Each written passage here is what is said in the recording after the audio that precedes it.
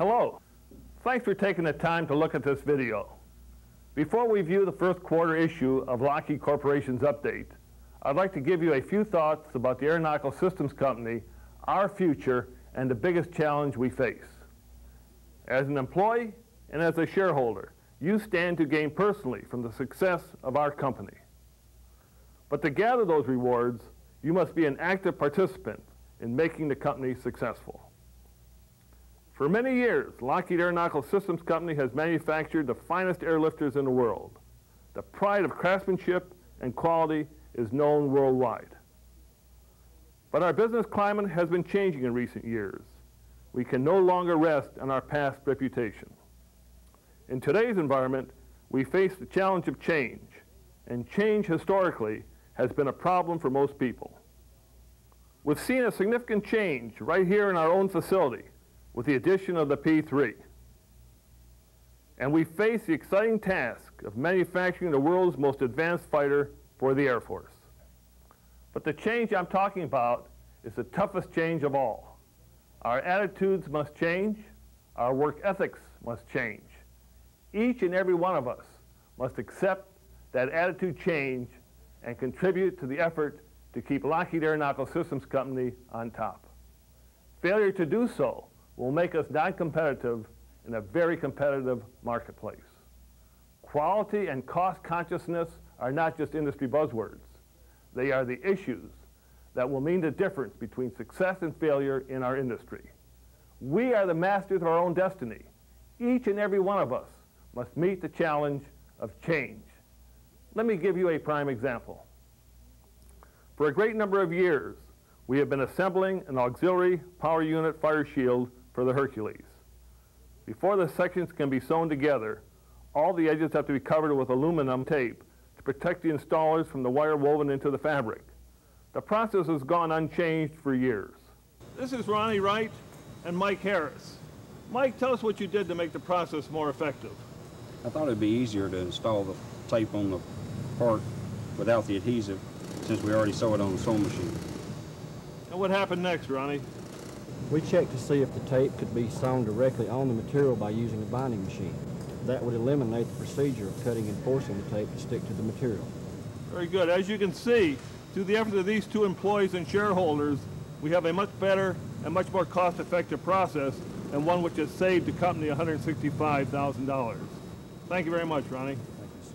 And thank you, Mike. Thank you. I think everyone in the Lockheed family can thank Ronnie and Mike for a genuine quality effort. I believe there are many, many more opportunities for us to improve the way we do things, to change. To survive, we must look at the way we perform our jobs. We must have quality and cost consciousness on our minds continually. We must dedicate our efforts to being the best aircraft company in the business. Your performance is paramount to our survival. Please make quality and cost savings your #1 priority. Thanks, and enjoy update.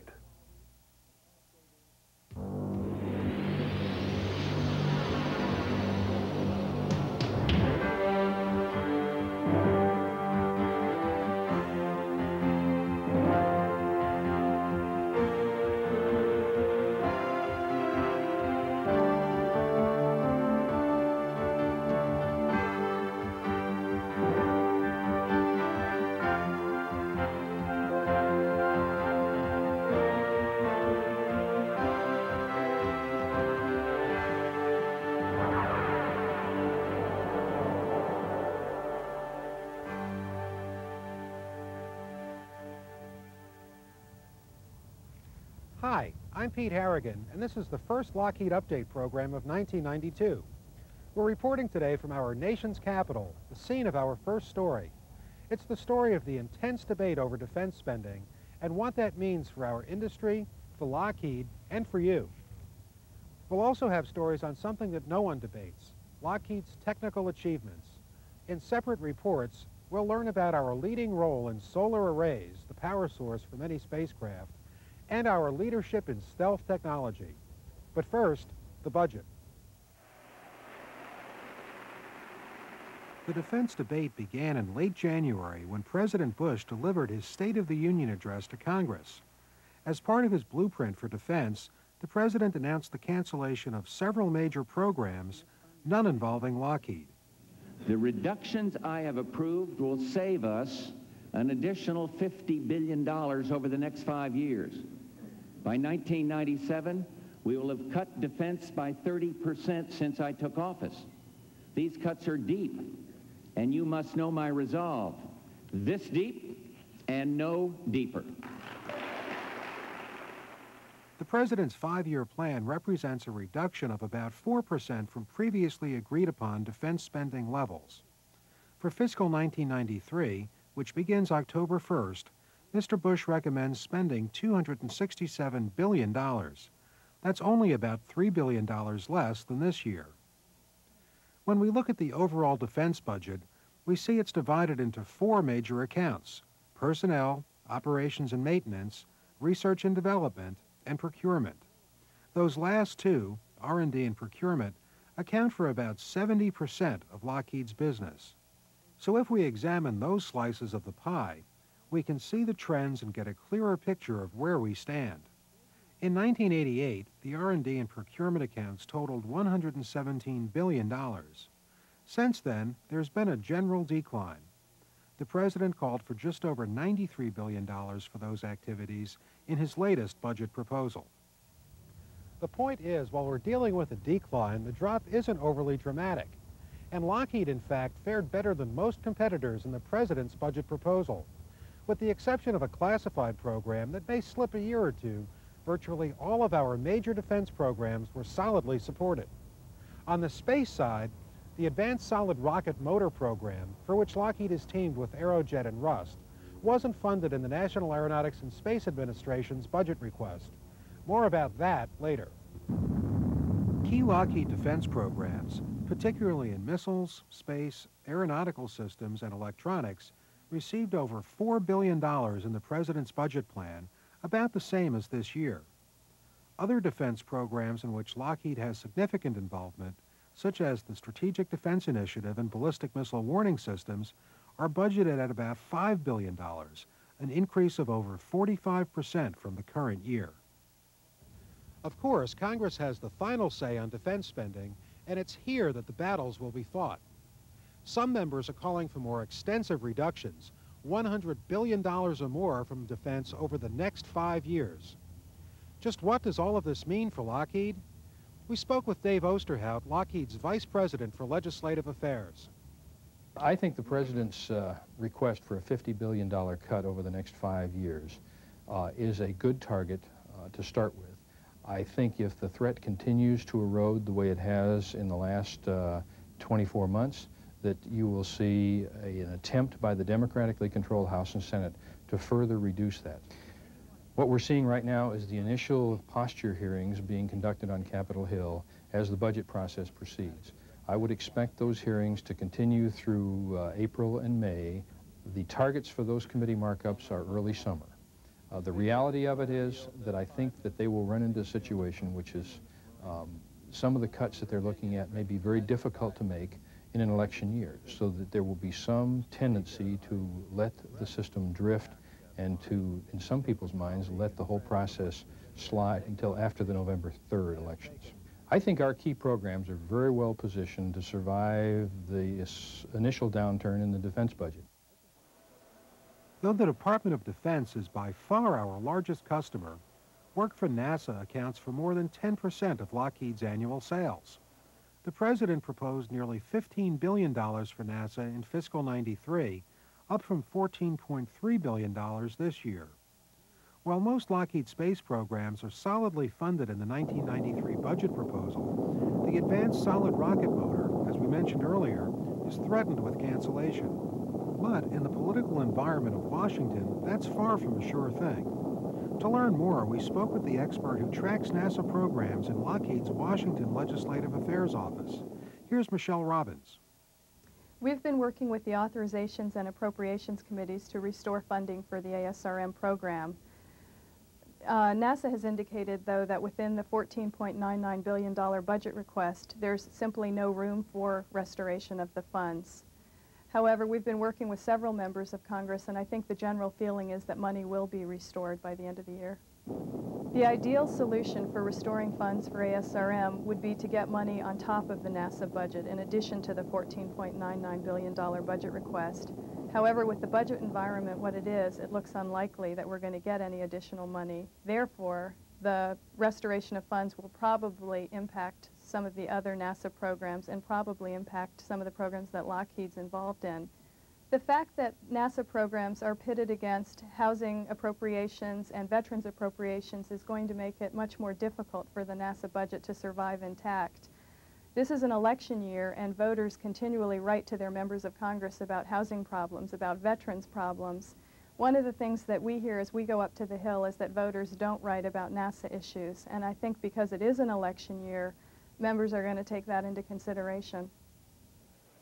With the new round of defense cuts all but certain, Lockheed Chairman Dan Telep says it's more important than ever that government and industry work together to maintain the nation's technology leadership.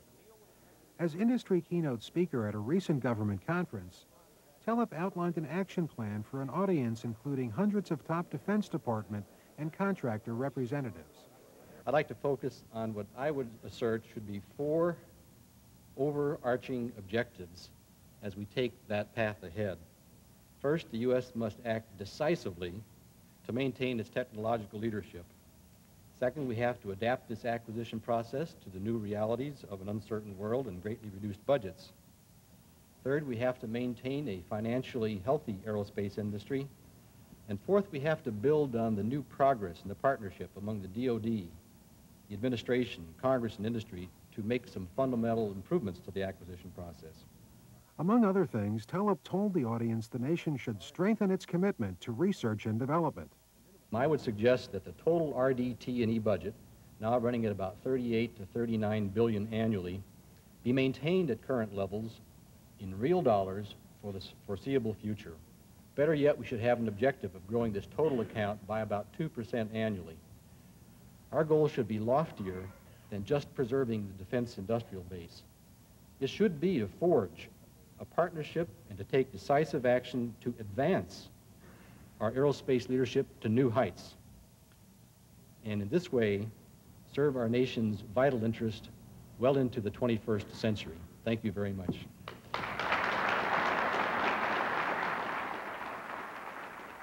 Dan Telep's point about maintaining the nation's technological leadership is certain to be a focal point of debate as Congress works on the defense budget throughout the year. Not far from the Capitol is the National Air and Space Museum, part of the Smithsonian Institution. It's one of Washington's most popular tourist attractions and also home to hundreds of exhibits featuring Lockheed products, many of which contributed to the history of aviation and space exploration. In the Space Wing, visitors can see solar array panels similar to those built for years by Lockheed Missiles and Space Company in Sunnyvale.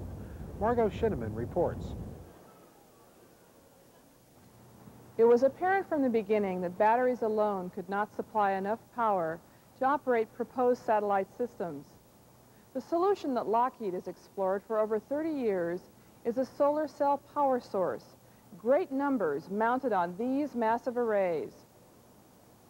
The solar cell was invented at Bell Laboratories in the 1950s, and they found that if they took basically a sandwich, a layer of negative on top of positive semiconductor material and exposed it to sunlight, they could get current to flow. As you develop spacecraft that require more and more power, such as something like the space station, which beyond just the needs of its electronics and motor functions also has laboratories and food storage and all kinds of needs, then you need even bigger arrays. And that's when we went to the flexible array design. In 1972, we entered our first competition ever in solar array technology, which was the Space Station Solar Array, a previous space station program. And we won it and built and demonstrated a 105-foot tall by 35-foot wide element, not unlike the present space station element. From that point on, from 1972 on, after that first win, we have never lost the competition. Lockheed's solution was a flexible plastic blanket covered with cells which could be collapsed accordion-like into a small, lightweight package. An ingenious collapsible mast assembly automatically unfolds the panels, stiffens the array flat, and can retract the array if necessary. It's difficult to see, but there's actually a glass cover across the whole top of the cell. It's very thin. In the case of this cell, it's 4/1000ths of an inch in thickness. What that does is it protects against micrometeorites, although you will get, over the years, some pitting. Today, this advanced solar array is a direct spin-off from our earlier experiments. Now under final test, it will soon power a large satellite.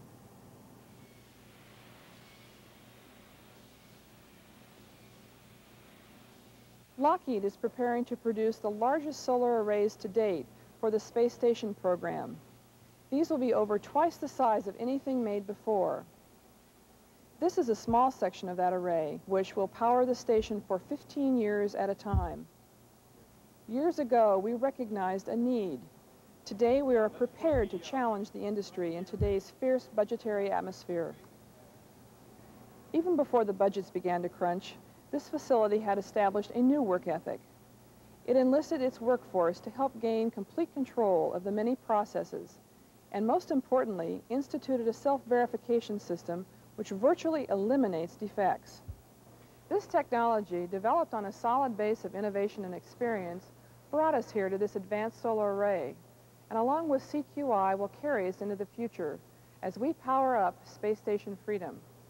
From Lockheed Solar Power Center, this is Margot Shinneman.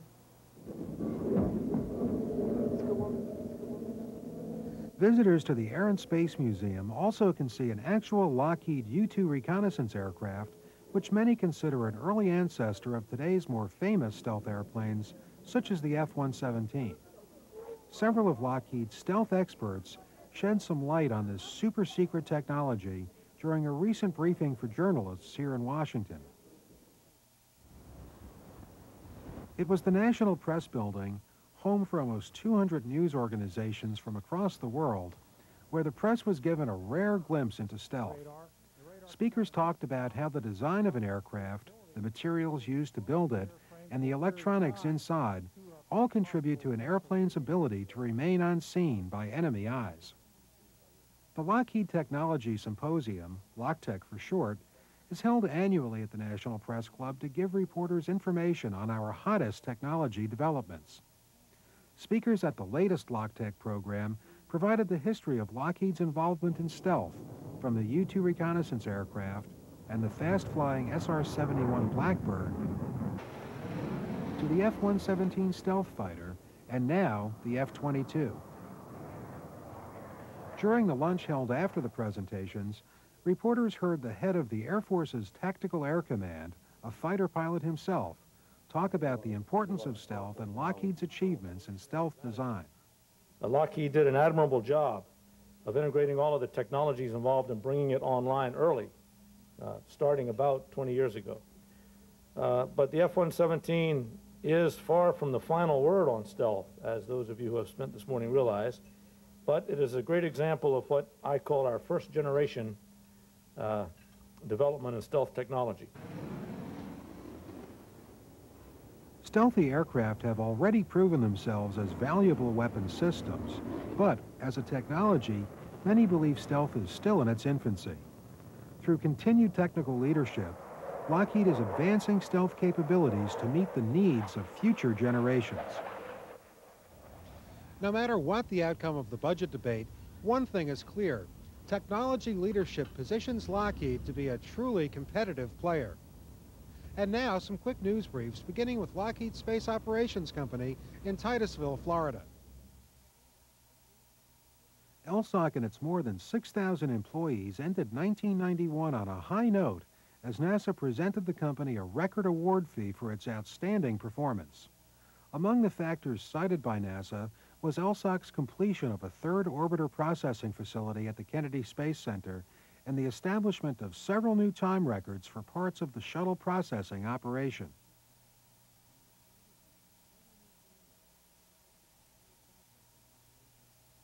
Earlier this year, employees at Lockheed Aeronautical Systems Company in Georgia and Lockheed Aircraft Service Company in California had their own excitement as Vice President Dan Quayle visited both locations. While in Georgia, the Vice President met with employees, got an up-close look at the F-22 and other Lockheed aircraft, and called on the nation to maintain a strong defense. Though the Cold War is over, the world is still a dangerous place. And this president is going to continue to invest in our national defense.